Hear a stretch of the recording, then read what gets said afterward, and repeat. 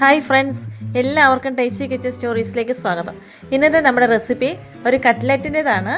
Cutlet ഉണ്ടാക്കിയിരിക്കുന്നത് ചക്കക്കുരു ഉപയോഗിച്ചാണ്. ഇത് മുട്ട യൂസ് ചെയ്യാതെയാണ് ഉണ്ടാക്കിയിരിക്കുന്നത്. ആദ്യമായി ഈ ചാനൽ വീഡിയോ കാണുന്നവർ ചാനലൊന്ന് സബ്സ്ക്രൈബ് ചെയ്യാൻ മറക്കരുത്. വീഡിയോ കണ്ട് എന്നെ സപ്പോർട്ട് ചെയ്യുന്ന എല്ലാവർക്കും ഒത്തിരി നന്ദിയുണ്ട്. ഇനി നമുക്ക് എങ്ങനെയാണ് കട്ട്ലറ്റ് ഉണ്ടാക്കുന്നതെന്ന് നോക്കാം. ചക്കക്കുരു കട്ട്ലറ്റ് ഉണ്ടാക്കാൻ വേണ്ടി ഞാൻ ഇത്രയും ചക്കക്കുരുവാണ് എടുത്ത് വെച്ചിരിക്കുന്നത്. ഇത് ഞാൻ അല്പം മഞ്ഞൾപ്പൊടിയും ഉപ്പും ഇട്ട് കുക്കറിനകത്ത് വേവിച്ച് വെച്ചിരിക്കുന്നതാണ്. നന്നായിട്ട് വെന്തിട്ടുണ്ട്. ഇനി നമുക്ക് ഇത് മിക്സിയുടെ ജാറിനകത്തിട്ട് ഒന്ന് നന്നായിട്ട് പൊടിച്ചെടുക്കാം. ചക്കക്കുരു ഇപ്പം ഇതുപോലെ നന്നായിട്ടൊന്ന് പൊടിഞ്ഞ് വന്നിട്ടുണ്ട്.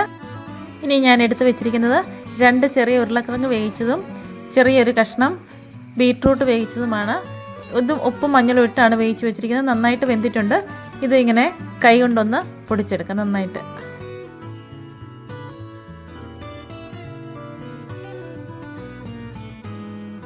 ഇപ്പോൾ ഈ പൊട്ടറ്റയും ബീട്രൂട്ടും എല്ലാം കൂടെ ഒന്ന് നന്നായിട്ട് പൊടിഞ്ഞ് വന്നിട്ടുണ്ട്.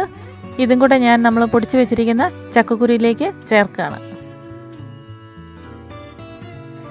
ഇനി ഇത് രണ്ടും കൂടെ നന്നായിട്ട് കൈ കൊണ്ടൊന്ന് മിക്സ് ചെയ്യാം.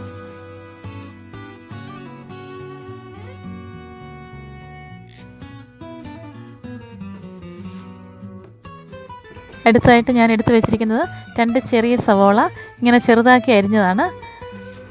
ഇങ്ങനെ തീരെ ചെറുതാക്കി അരിഞ്ഞതാണ്. പിന്നെ 2 പച്ചമുളകും ചെറുതാക്കി അരിഞ്ഞിട്ടുണ്ട്. 2 തണ്ട് മല്ലിയിലയും കൂടെ അരിഞ്ഞതാണ്.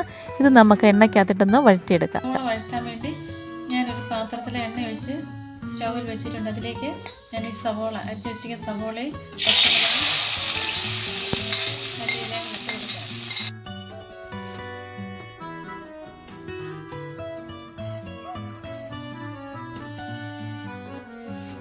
ഇതിലേക്ക് ഞാൻ 3/4 ടീസ്പൂൺ ജിഞ്ചർ ഗാർലിക് പേസ്റ്റും കൂടെ ചേർക്കാം. സവാള ഒന്ന് വാടാൻ തുടങ്ങിയിട്ടുണ്ട്. ഒരല്പം സമയം കൊണ്ട് നമുക്ക് വാട്ടിയെടുക്കാം. കുറച്ച് സമയം കൂടെ സവാള ഒന്ന് വാടി വന്നിട്ടുണ്ട്. നമുക്കിത് വാടാം. വഴന്ന് വന്ന ഈ സവാളയും കൂടെ നമുക്ക് ചക്കക്കുരുവിൻ്റെ മുട്ടറ്റയും കൂടെ മിക്സിനകത്തോട്ടിട്ട് നന്നായിട്ടൊന്ന് ഇളക്കി കൊടുക്കുക. സ്പൂൺ ഉപയോഗിച്ച് തന്നെ നമുക്ക് നന്നായിട്ട് ഇളക്കി കൊടുക്കുക. അടുത്തായിട്ട് ഇതിലേക്ക് ഞാൻ 1 ടീസ്പൂൺ ഗരം മസാലപ്പൊടി, 1 ടീസ്പൂൺ മുളക് പൊടി, 1/4 ടീസ്പൂൺ മഞ്ഞൾപ്പൊടി തിരുമിയാണ് നമ്മൾ പൊട്ടറ്റോയും ചക്കക്കുരുമൊക്കെ വേവിച്ചത്. അതുകൊണ്ട് കുറച്ച് മഞ്ഞൾപ്പൊടി ഇട്ടാൽ മതി. 1 ടീസ്പൂൺ കുരുമുളക് പൊടി, പാകത്തിന് ഉപ്പും കൂടെ. ഉപ്പ് ഇടുമ്പോൾ ശ്രദ്ധിക്കണം, നമ്മൾ ആദ്യമേ ഉപ്പിട്ടാണ് ഇതെല്ലാം വേവിച്ചത്. അതുകൊണ്ട് അല്പം ഇട്ട് നോക്കിയിട്ട് പിന്നെ നമുക്ക് ടേസ്റ്റ് ചെയ്ത് നോക്കിയിട്ട് വേണമെങ്കിൽ ഇട്ട് കൊടുത്താൽ മതി. എല്ലാം കൂടി ഇട്ടൊന്ന് നന്നായിട്ട് മിക്സ് ചെയ്യും. നന്നായിട്ടൊന്ന് മിക്സായി കഴിയുമ്പോൾ നമുക്കിത് 15 മിനിറ്റ് നേരത്തേനൊന്ന് മാറ്റി വെക്കാം. അടുത്തായിട്ട് എടുത്ത് വെച്ചിരിക്കുന്നത് ഒരു ബൗളിനകത്ത് 1 കപ്പ് മൈദയാണ്.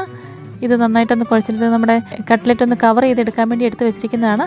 ഇത് വെള്ളം ഒഴിച്ച് നന്നായിട്ടൊന്ന് കുഴച്ചെടുക്കുക. അത് വെള്ളം ഒഴിക്കുമ്പോൾ തന്നെ ഒത്തിരി ലൂസാക്കണ്ട.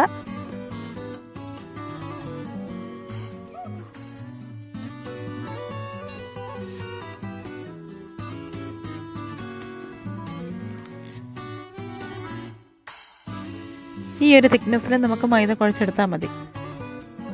ഇപ്പം ഞാൻ മിക്സ് മാറ്റി വെച്ചിട്ടൊരു 15 മിനിറ്റ് ആയിട്ടുണ്ട്. ഇനി നമുക്ക് കട്ട്ലേറ്റ് നല്ല ഷേപ്പിൽ നമുക്ക് ഉരുട്ടിയെടുക്കാം. ഞാനൊരു അച്ച് ഉപയോഗിച്ചാണ് കട്ട്ലേറ്റ് ഷേപ്പ് ആക്കിയിരിക്കുന്നത്. നിങ്ങളത് കൈകൊണ്ട് ചെയ്താലും മതി. നമുക്ക് ഇഷ്ടമുള്ള ഷേപ്പിൽ നമുക്ക് കട്ട്ലേറ്റ് ഷേപ്പ് ചെയ്തെടുക്കാം.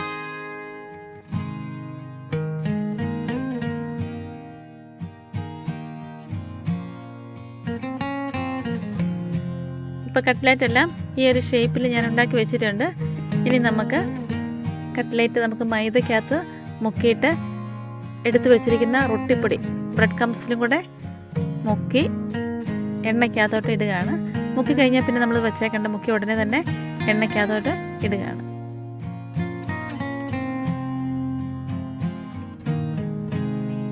ഇനി നമുക്കിത് ഡീപ്പ് ഫ്രൈ ചെയ്തെടുക്കാം.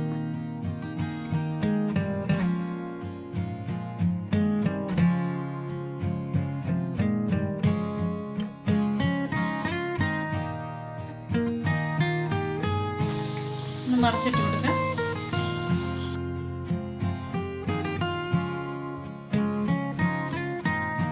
ഇപ്പം ഞാൻ ആദ്യമായിട്ട് അതിൻ്റെ കളർന്ന് മാറി വന്നിട്ടുണ്ട്.